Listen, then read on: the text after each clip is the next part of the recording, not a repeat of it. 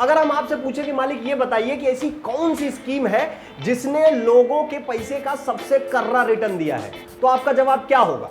Share market, mutual fund, real estate, gold? नहीं, इनमें से सही जवाब कोई सा भी नहीं है।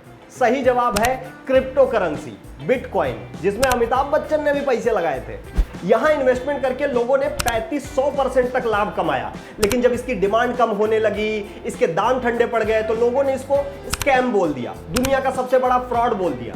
इसलिए आज के एपिसोड में हम यही जानेंगे कि ये भैया इन बातों में कितनी सच्चाई है और भारत सरकार का इसको लेकर क्या टेक है। इसमें इन्वेस्टमेंट कैसे किया जाता है, कैसे खरीदा जाता है, बेचा जाता है, ये कितना सेफ है, सब जानेंगे, लेकिन कतई आराम से। और हाँ, अगर वीडियो काम की लगे तो अपने भाई बंधुओं के साथ भी शेयर कीजिएगा, ताकि उन्हें भी जानकारी मिले और हमारा हौसला भी बना रहे। सबसे पहले मोटा मोटी ये समझते हैं कि ये क्रिप्टो करेंसी होती क्या है। देखिए, ये एक तरीके की डिजिटल करेंसी होती है, आभासी मुद्रा, जिसे डॉलर और रुपए की तरह छूकर और थूक लगाकर गिना नहीं जा सकता। अब आप बोलेंगे कि रुपए का भी डिजिटलीकरण हो गया है, यूपीआई आईडी होती है, हम उसे भेज देते हैं, उसे कौन सा छूना पकड़ना पड़ता है? सही सवाल, यहीं से अंतर शुरू होता है। देखिए, जो यूपीआई आईडी और रुपए में होने वाला लेन देन है, उस पर कंट्रोल होता है आरबीआई का, बैंकों का, उसमें जो लेन देन हो रहा है उसका रिकॉर्ड ये रखते हैं। लेकिन जो क्रिप्टो करेंसी में लेन देन होता है, उसका रिकॉर्ड किसी भी देश या किसी भी बैंक के पास नहीं होता है। उसमें जो लेन देन होता है उसका रिकॉर्ड होता है दुनिया भर में रखे लाखों कंप्यूटर्स में, उसी में अपडेट होता रहता है। हो गए कंफ्यूज? मान लीजिए दो लोग हैं, ए और बी, जिनके पास हजार बिटकॉइन है। ए ने बी को 500 बिटकॉइन भेजा। यह ट्रांजैक्शन उस बही खाते में अपडेट होने के लिए तड़पेगा। एक डेटा माइनर होगा, डेटा की खुदाई करने वाला, जो इन्हीं लाखों कंप्यूटर में से कोई सा भी हो सकता है। वो इस लेन देन को देखेगा और इसकी गणित को सॉल्व करेगा कि हाँ भाई, ए के पास 1000 बिटकॉइन थे, उनमें से इनने बी को 500 भेज दिए।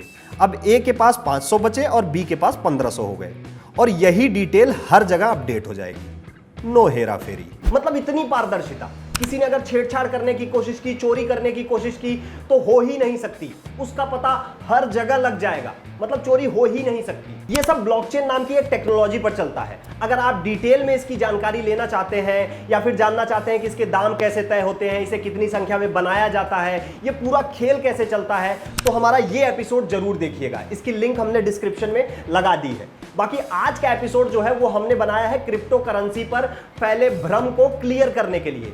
तो सबसे पहले वही देखते हैं। सबसे पहला भ्रम, क्या भारत में इसे खरीदना बेचना लीगल है? देखिए, अप्रैल 2018 में आरबीआई ने इसकी ट्रेडिंग पर रोक लगा दिया था, लेकिन अभी इसी साल मार्च में सुप्रीम कोर्ट ने इस पर से लगे बैन को हटा लिया है। मतलब इसकी ट्रेडिंग हो सकती है। भारतीय इंटरनेट और मोबाइल संघ की एक याचिका पर सुनवाई करते हुए सर्वोच्च अदालत ने यह फैसला दिया था। यही नहीं, कई देशों में इसको लेकर अलग से नियम भी बनाए जा रहे हैं। देखिए, हम अंतर्यामी तो है नहीं, लेकिन इतना जरूर कह देते हैं कि कोई इसे बैन करने के मूड में नहीं है। दूसरा भ्रम, बिटकॉइन ही क्रिप्टो करेंसी है। देखिए, ऐसा बिल्कुल नहीं है। हाँ, इस मार्केट में बिटकॉइन पहला खिलाड़ी था, लेकिन उसके बाद से बहुत सारी क्रिप्टो करेंसी आई हैं। अभी तो 2000 के पार पहुंच चुकी है।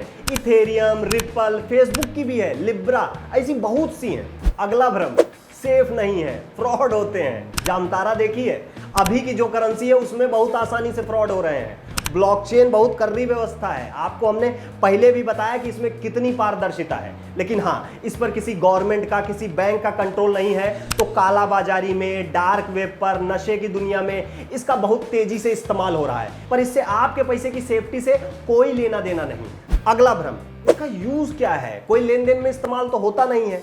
देखिए, अभी इसका चलन शुरू हुआ है, आगे लेन देन भी होगा। एचएसबी एक संस्था है जिसके सर्वे के मुताबिक अमेरिका में छोटे मोटे उद्योगों में लगभग 36% तक क्रिप्टो करेंसी का, बिटकॉइन का इस्तेमाल शुरू हो गया है।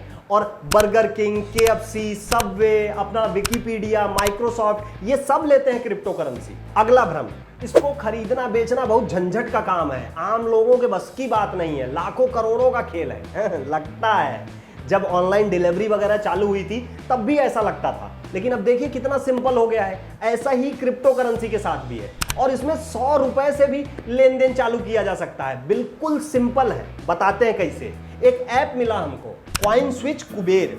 उसका तो दावा है कि आपने ऐप डाउनलोड करके उस पर अपना रजिस्ट्रेशन कर लिया, जिसमें मात्र 2 मिनट लगते हैं, उसके बाद 3-3 4-4 क्लिक में ट्रेडिंग, बाकी रजिस्ट्रेशन करने और अपने दोस्तों से भी करवाने पे पैसा वगैरह भी दे रहे हैं ये लोग। सिक्योरिटी तो फुल पावर है।